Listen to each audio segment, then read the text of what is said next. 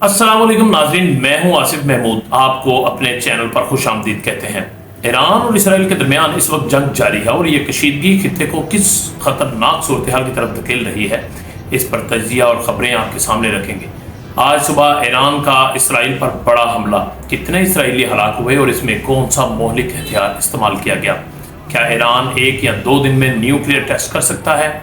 जैसा कि आप जानते हैं, कई दहाइयों से ईरान की जौहरी सलाहियत के हवाले से गुफ्तगू की जाती रही है और अमेरिका ने इस पर पाबंदियां भी लगाई और कई बार मुज़ाकरात भी हुए, लेकिन आज तक ईरान ने न्यूक्लियर टेस्ट नहीं किया। पाकिस्तान न्यूक्लियर टेस्ट कर चुका है और भारत कर चुका है, लेकिन ईरान की तरफ से अभी तक न्यूक्लियर टेस्ट नहीं किया गया।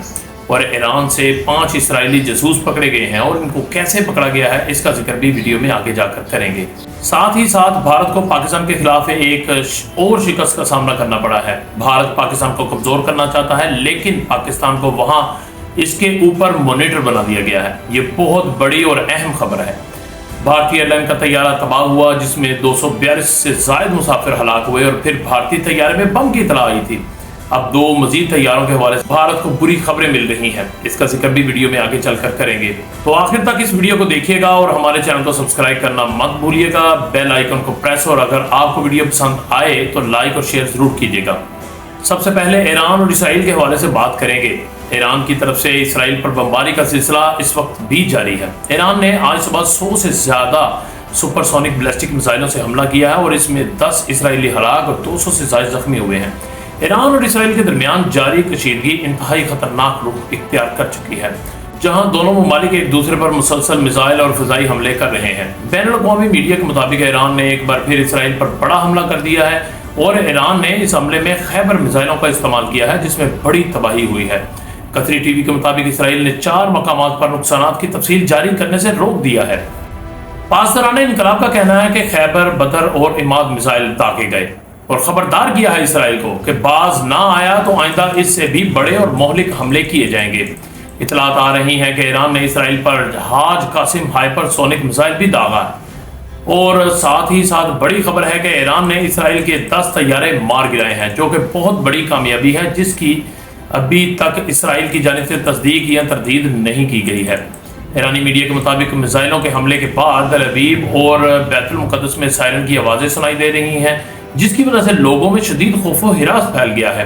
तल अवीव में धमाकों के बाद धुएं के बादल छा गए हैं। मिसाइल हमलों में इसराइली जौहरी तंसीबात डेमोना को भी निशाना बनाया गया है। मकबूजा शहर हीफा, तल अवीव और बैतुल मुक़द्दस में शदीद खौफ व हिरास फैल गया है। तल अवीव में धुएं के बादल छा गए हैं। हमले में इसराइल की कसीरुल मंज़ला इमारत भी तबाह हो गई है। दूसरी जानिब इसराइल ने ईरानी हमले की तस्दीक करते हुए कहा है कि इसराइल के शुमाली हिस्से में ईरान के जंगी तैयारे देखे गए हैं, जबकि ईरानी दारुल-हुकूमत तेहरान में भी धमाकों की आवाजें सुनी गईं। इसराइली फौज के तर्जुमान ने मीडिया से गुफ्तगू करते हुए कहा है कि हम नहीं बताना चाहते कि आयतुल्लाह खामनाई हमारा निशाना है। इसराइली हुकाम ने अंदिया दिया है कि ईरान के सुप्रीम लीडर आयतुल्लाह खामनाई पर हमले का इम्कान रद्द नहीं किया जा सकता। इस बयान के बाद खित्ते में जारी कशीदगी एक नए खतरनाक मरहले में दाखिल हो गई है। इसराइल ने फौज को कार्रवाई के लिए फ्री हैंड दे दिया है। ईरान ने रात के भी तकरीबन 11 बजे के करीब इसराइल पर 200 से ज्यादा बैलिस्टिक मिसाइलों से हमला किया। ऑपरेशन वादा सादिक सोम के नाम से जवाबी कार्रवाई की गई, जिसमें ईरान ने इसराइल के दारुल हुकूमत तल अवीव में मिसाइलों की बारिश कर दी। हमले में इसराइली डिफेंस हेडक्वार्टर को भी निशाना बनाया गया। इसराइल के लिए बहुत बेइज्जती की बात है, क्योंकि उसके पास आयरन डोम है, जो कि अमेरिका के ताउन से बनाई गई है ताकि इनको मिसाइल हिट ना कर सकें। और आयरन डोम टेक्नोलॉजी हर जगह पर फेल हुई और पूरे इसराइल में ईरानी मिसाइल कामयाबी से हदफ को निशाना बनाते गए। धमाकों की आवाज़ें तल अवीव, यरूशलेम और गशदान में सुनी गईं, जिससे शहरियों में खौफ व हिरास फैल गया, जिसके बाद शहरियों को बंकर्स में जाने की हिदायत कर दी गई। खुद इसराइली वज़ीर-ए-आज़म नेतन्याहू भी अस्करी हुकाम के साथ बंकर्स में मीटिंग करते रहे, क्योंकि उन्होंने अपनी जान बचाने के लिए बंकर्स बना रखे हैं। उनको इतना खौफ है मरने का। जबकि दूसरी तरफ ईरान ने जब इसराइल पर हमला किया तो लोग सड़कों पर निकल आए और अल्लाह अकबर के नारों से फिजा गूंज उठी और जश्न मनाते रहे। इनमें किसी किस्म का खौफ नजर नहीं आ रहा। ना वो जान बचाने के लिए किसी बंकर में गए, क्योंकि मुसलमान मरने से नहीं डरता, इसलिए मरने का कोई खौफ नहीं होता। इसराइल ने फौज को कार्रवाई के लिए फ्री हैंड दे दिया है और ऑपरेशन राइजिंग लाइन के तहत ताज़ा इसराइली हमले में मजीद 2 जनरल्स, 3 जौहरी साइंसदानों और 20 बच्चों समेत 65 ईरानी शहीद हो गए हैं। जबकि इसराइली वजीर आज़म नेतन्याहू ने मजीद कार्रवाई का भी अंदिया दिया है। ये याद रखिएगा कि जो इन्फॉर्मेशन आपके साथ शेयर की जा रही है ये चंद घंटे की डेवलपमेंट है। ईरान की पासदाराना इनकलाब के मुताबिक ऑपरेशन वादा सादिक 3 में इसराइल में मुतअद्दिद अहदाफ को निशाना बनाया गया है और इसराइल पर 300 से ज्यादा मिसाइल दागे जा चुके हैं।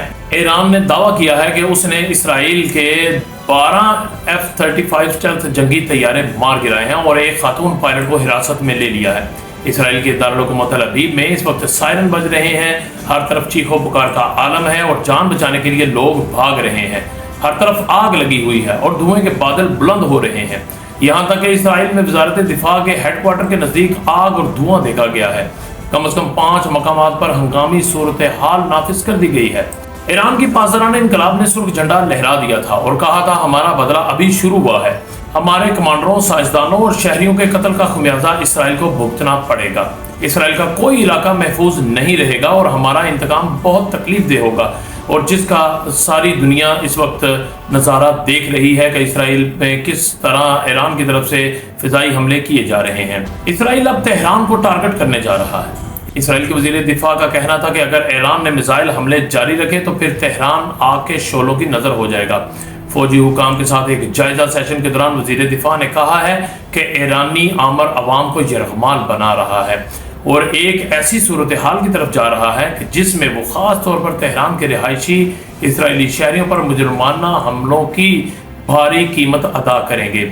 ईरान ने इसराइल पर खैबर मिसाइल दाग दिए हैं, जिसका जिक्र हमने वीडियो के शुरू में भी किया था, जिसके असरात देखकर दुनिया हैरान रह गई है। ये जदीद और ताकतवर तरीन मिसाइल इसराइल पर दागे गए हैं, जिसमें इसराइल में बहुत ज़्यादा तबाही हुई है और बहुत ज़्यादा अफराद के मरने की भी इतलात आ रही हैं, जिसको इसराइल इस वक्त छुपा रहा है। इसके साथ साथ एक बड़ी खबर सामने आई है कि ईरान के शहर यज़द में इसराइल के साथ ताउन के इल्ज़ाम में 5 अफराद को गिरफ्तार कर लिया गया है। ईरानी मीडिया के मुताबिक ईरान ने वस्ती शहर यज़द में 5 अफराद को तस्वीर लेने और इसराइल के साथ ताउन करने पर गिरफ्तार किया है। ये गिरफ्तारियां एक ऐसे वक्त में की गई हैं जब ईरान और इसराइल के दरमियान हालात कशीदा हैं और दोनों ममालिक जंग की सूरत हाल में हैं। ताहम इस हवाले से मज़ीद तफसीलात सामने नहीं आ सकी। ये बात दुरुस्त साबित हो गई है कि इसराइली एजेंसी मोसाद के इंटेलिजेंस नेटवर्क ने ईरान पर हमलों में बड़ी मदद की और ईरान की कौन कौन सी जगह को निशाना बनाया गया उसको पिन करके इसराइल को बताया गया। सिर्फ यहाँ तक ही नहीं, बहुत सारा बारूद गाड़ियों के जरिए ईरान स्मगल किया गया ताकि इसराइल का ईरान पर हमला कामयाब हो सके। चंद साल पहले ईरान के जो सदर थे उन्होंने इसराइली जासूस को ट्रेस करने के लिए एक सेल कायम किया था और उसकी सेल की जिम्मेदारी ये थी कि उसने पता लगाना था कि कौन से लोग इसराइल की मदद कर रहे हैं, उनका पता लगाया जाए और ईरान में कौन कौन से इसराइल के जासूस मौजूद हैं। तो कई सालों के बाद ये पता लगा कि इस सेल का सरबराह ही इसराइली जासूस था। तो जनाब, इसराइली एजेंसी मोसाद इस तरह ऑपरेट करती है। ये चेक करने की कोशिश की जा रही है कि ईरान में और कितने जासूस मौजूद हैं जो उनके जर्नैलों के हवाले से, एटमी साइंसदानों के हवाले से, मिसाइलों की लोकेशन कहाँ पर है, डिफेंस सिस्टम कहाँ पर है और तैयारे कहाँ पर खड़े हैं, ये सारी इन्फॉर्मेशन किस तरह इसराइल को पहुँचाई जा रही है, इसका पता लगाने की कोशिश की जा रही है। फॉक्स न्यूज़ के चीफ रिपोर्टर ने कहा है कि 7 साल से इसराइल में रिपोर्टिंग कर रहा हूँ और ईरान की तरफ से जो बैलिस्टिक मिसाइलों का हमला किया गया है, ऐसा हमला मैंने पहले कभी नहीं देखा और जो मिसाइलों की मिकदार मैंने इसराइल पर जाते देखी है वो बेमिसाल है। तुर्किया उर्दू ने रिपोर्ट किया है कि फॉक्स न्यूज़ का चीफ रिपोर्टर जब ये लाइव बता रहा था कि फौजी हेडक्वार्टर करियान को कामयाबी से निशाना बनाया गया, जिसे अमेरिकी पेंटागन के बराबर समझा जाता है, तो रिपोर्टर को उसके मुकाम से हटा दिया गया और उसे मजीद रिपोर्टिंग करने नहीं दी गई।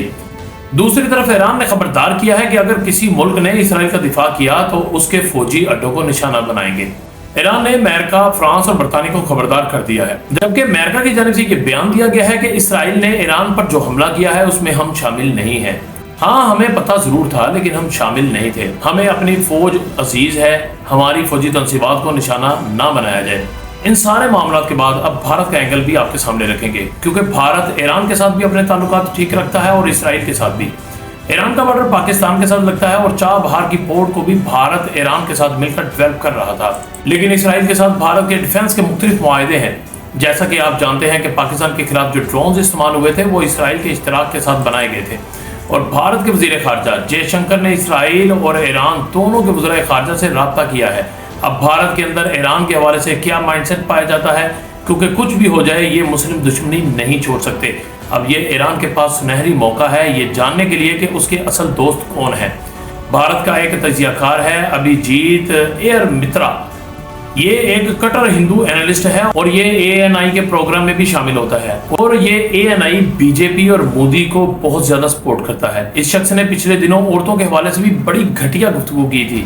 اس نے کل رات کو ایک ٹویٹ کی ہے، وہ بھی آپ کے سامنے شیئر کرتے ہیں تاکہ آپ کو پتہ چل سکے کہ ہندو مائنڈ سیٹ بھارت کے اندر کیا کرتا ہے۔ اس نے ٹویٹ میں لکھا ہے، ایران کو آپ کو روکنا چاہیے لیکن ایک حد تک، اور ایران کا جوہری پروگرام اگر تباہ ہو جاتا ہے تو ہمارے حق میں ہے، بھارت کے حق میں ہے، لیکن وہاں پر حکومت نہیں بدلنی چاہیے چاہے ان کا ایٹمی پروگرام ختم ہو جائے۔ اس نے کہا ہے کہ ہمارے حق میں ہے کہ شیعہ سنی فساد ہوتے رہیں۔ اب آپ صرف اندازہ لگا لیں کہ بھارت میں کیا مائنڈ سیٹ پایا جاتا ہے، اور ہمیں ایک ایسا ہی ایران چاہیے جس کی مغرب کے ساتھ نہ بنتی ہو۔ اس نے کہا اس سے پہلے جو شاہ آف ایران ہوتا تھا وہ پاکستان کی بہت حمایت کرتا تھا، کہتا ہے کہ ایران اگر اکیلا رہ جائے گا جس کی کسی کے ساتھ نہ بنے تو وہ ہر صورت انڈیا کے اوپر ڈیپینڈ کرے گا، لیکن اگر اس کے دوسرے ممالک کے ساتھ معاملہ ٹھیک ہو گئے تو پھر اس کی انڈیا کے اوپر ڈیپینڈنسی ختم ہو جائے گی۔ آپ صرف ان کا مائنڈ سیٹ چیک کر لیں، ان کے دماغ کے اندر کتنی گندگی بھری ہوئی ہے۔ آپ اندازہ لگائیں یہاں لوگوں کی جانیں جا رہی ہیں اور اس کو اپنی پڑی ہے کہ اگر ایران دنیا میں اکیلا رہ گیا اور شیعہ سنی فساد ہوتا رہے اور یہ ہمارے حق میں بہت بہتر بات ہے۔ یہ ہے وہ مائنڈ سیٹ۔ اس گندگی کا مسلمانوں کو پتہ ہونا چاہیے کہ بھارت ہمارا دوست نہیں ہے، وہ ہمیشہ ہمارے خلاف ہی کھڑا ہوگا اور اپنے سے اوپر کبھی نہیں آنے دے گا۔ وہ چاہتے ہیں کہ مسلمان کبھی ترقی نہ کر سکیں اور آپس میں لڑتے رہیں اور یہ کبھی اوپر نہ آ سکیں، ایک طاقت کے طور پر سامنے نہ آ سکیں۔ اب ایک بڑی خبر سے آپ کو آگاہ کرتا ہوں جس میں بھارت کو ناکامی کا سامنا کرنا پڑا ہے۔ جب انڈیا پاکستان جنگ شروع ہوئی تھی تو بھارت نے اسی وقت یہ کام شروع کر دیا تھا کہ پاکستان کو FATF کی گرے لسٹ میں ڈالا جائے، اور اس سلسلے میں انہوں نے سفارتکاری شروع کر دی۔ انہوں نے IMF کا پروگرام رکوانے کی کوشش کی، انہوں نے ورلڈ بینک سے پیسے رکوانے کی بھرپور کوشش کی۔ اب ان کی کوشش تھی کہ پاکستان FATF کی گرے لسٹ میں شامل کر لیا جائے، لیکن بلاول بھٹو زرداری کی قیادت میں پاکستان کی سفارتکاری کام آئی ہے اور اس نے بھارت کو دنیا میں کہیں منہ دکھانے کے قابل نہیں چھوڑا۔ چین، ترکی، جاپان کی مدد سے پاکستان کو FATF کی گرے لسٹ میں شامل نہیں کیا گیا، بلکہ پاکستان کو رپورٹنگ پر رکھا گیا ہے کہ پاکستان صرف رپورٹنگ کرتا رہے گا، اس کو گرے لسٹ میں شامل نہیں کیا جائے گا۔ بھارت کے لیے بہت بڑی شکست ہے، جو وہ کرنا چاہ رہا تھا وہ نہیں کر سکا، جو ان کے لیے ایک شرم کا مقام ہے۔ دوسرا، بھارت کے حوالے سے ایک اور خبر آپ کے ساتھ شیئر کرتے ہیں۔ آپ جانتے ہیں کہ ایئر انڈیا کا جہاز حادثے کا شکار ہوا تھا اور اس کے بعد بھارت کے مزید 2 جہازوں کو گراؤنڈ کر دیا گیا ہے، اور وہ معاملہ یہ ہے کہ سورت جانے والی ان دونوں پروازوں کو تکنیکی خرابی کی وجہ سے گراؤنڈ کرنا پڑا۔ ایک پرواز کو تھائی لینڈ کے دارالحکومت بینکاک میں ایک مشتبہ پرندہ ٹکرانے کی وجہ سے گراؤنڈ کیا گیا۔ بعد میں یہ جہاز لینڈ تو کر گیا لیکن یہ واپس دوسری فلائٹ کے لیے روانہ نہیں ہو سکا، اسے گراؤنڈ کرنا پڑ گیا۔ اس پرواز میں 180 مسافر پھنسے ہوئے تھے جن کو دوسری پرواز میں بھیجا گیا۔ اس کے علاوہ جے پور سے بنگلور اور سورت کی پروازیں روانگی میں تاخیر ہوئیں۔ اس کی وجہ یہ بتائی جا رہی ہے کہ جناب اس کا AC کام کرنا بند کر دیا تھا، تو اسے بھی گراؤنڈ کرنا پڑا، اور پرواز کو 11:30 بجے روانہ ہونا تھا لیکن وہ پرواز اس لیے روانہ نہیں ہو سکی کہ اس کا AC کام نہیں کر رہا تھا۔ تو جناب یہ ہے ان کا حال۔